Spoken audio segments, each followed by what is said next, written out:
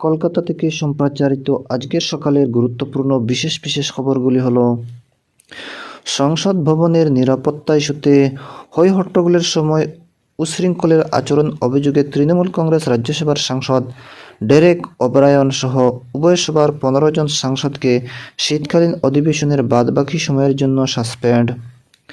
তৃণমূল কংগ্রেস এই ঘটনায় উষ্মা প্রকাশ করলেও বিজেপি বলেছে এক যাত্রার পৃথক ফল হতে পারে না। সংসদের ভিতরে ও বাইরে গতকালের বিক্ষোভে দেখানোর ঘটনায় পশ্চিমবঙ্গেরও যোগ মিলেছে। ললিত ঝা নামে এক ব্যক্তির খুঁজে পুলিশ তল্লাশি চালাচ্ছে।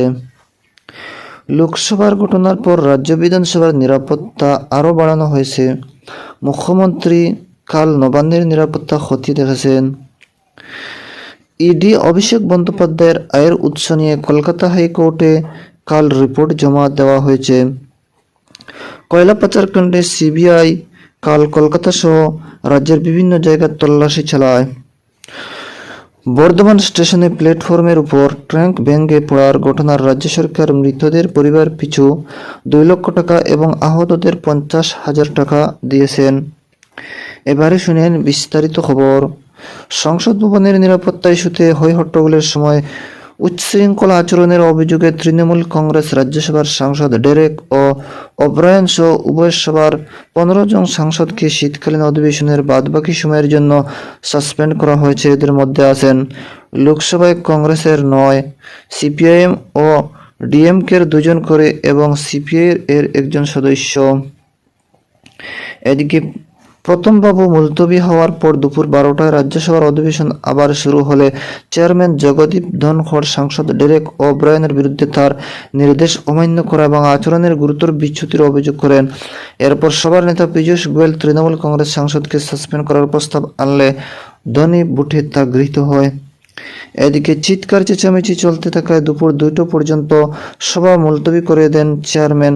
লোকসভাতে ও সংসদ ভবনের নিরাপত্তা ইস্যুতে হই-হট্টগোলের দরুন বেলা 2টা পর্যন্ত অধিবেশন মুলতবি হয়ে যায়।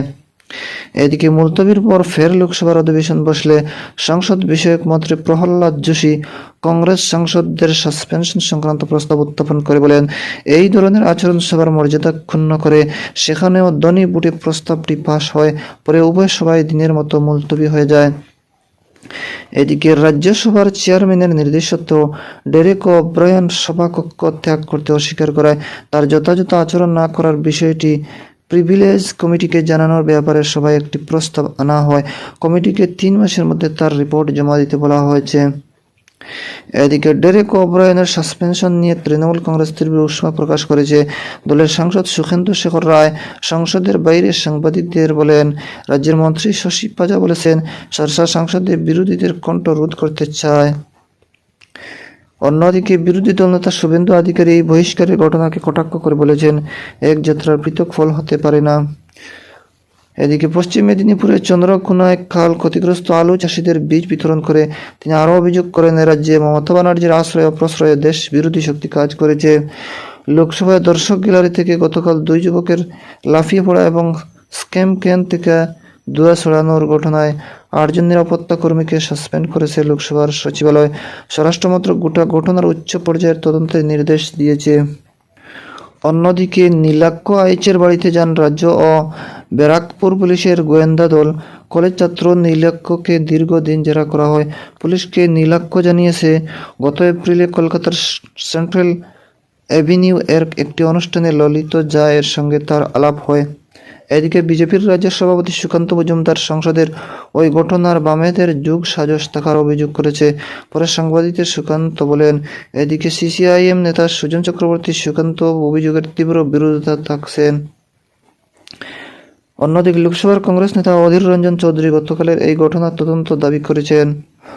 অপরদিকে লোকসভায় দর্শক আসন থেকে 2 যুবকের লাফিয়ে পড়া এবং স্মোক ক্যান থেকে ধোঁয়া ছড়ানোর চাঞ্চল্যকর ঘটনার পর রাজ্য বিধানসভার নিরাপত্তা ব্যবস্থা আরও জোরদার করা হচ্ছে।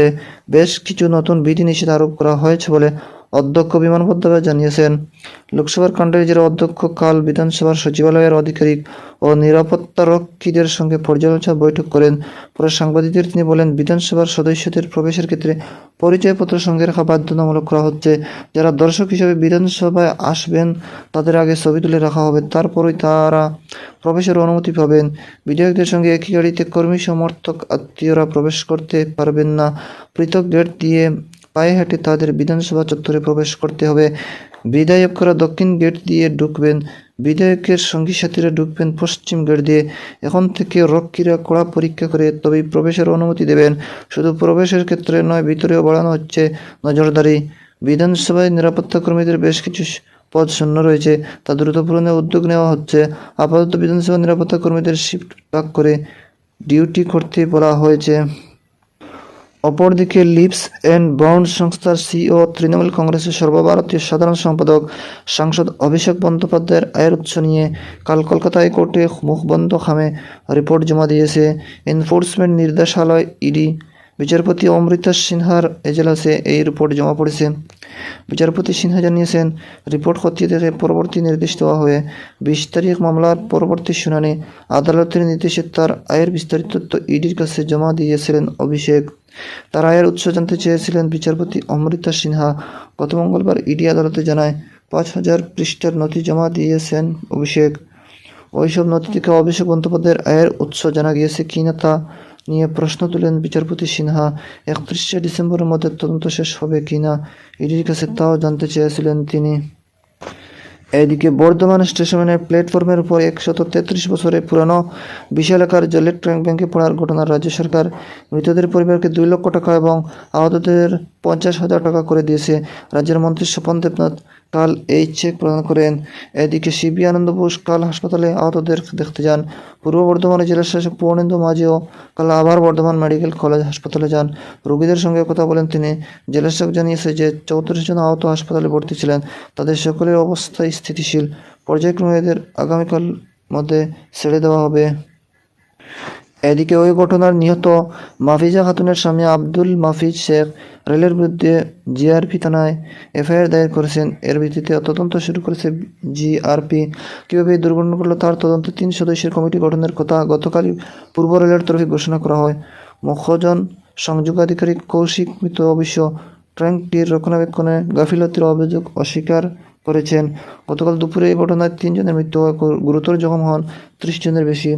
অন্যদিকে ওই দুর্ঘটনায় মৃত 3 জনের পরিবারকে 10 লক্ষ টাকা করে সাহায্য এবং পরিবার পিছু একজনকে চাকরির দাবিতে বাম শ্রমিক সংগঠন সিদ্ধু কাল স্টেশন কর্তৃপক্ষের কাছে ডেপুটেশনে দেয়। সংগঠনের পূর্ব বর্ধমান জেলার সভাপতি নজরুল ইসলামের নেতৃত্বে স্টেশনের কাছে বিক্ষোভ প্রদর্শন করা হয়। বিক্ষোভ শেষে তারা কর্তৃপক্ষের কাছে স্মারকলিপি জমা দেন। রেল কর্তৃপক্ষের গাফিলতিতে এত বড় ঘটনা ঘটেছে।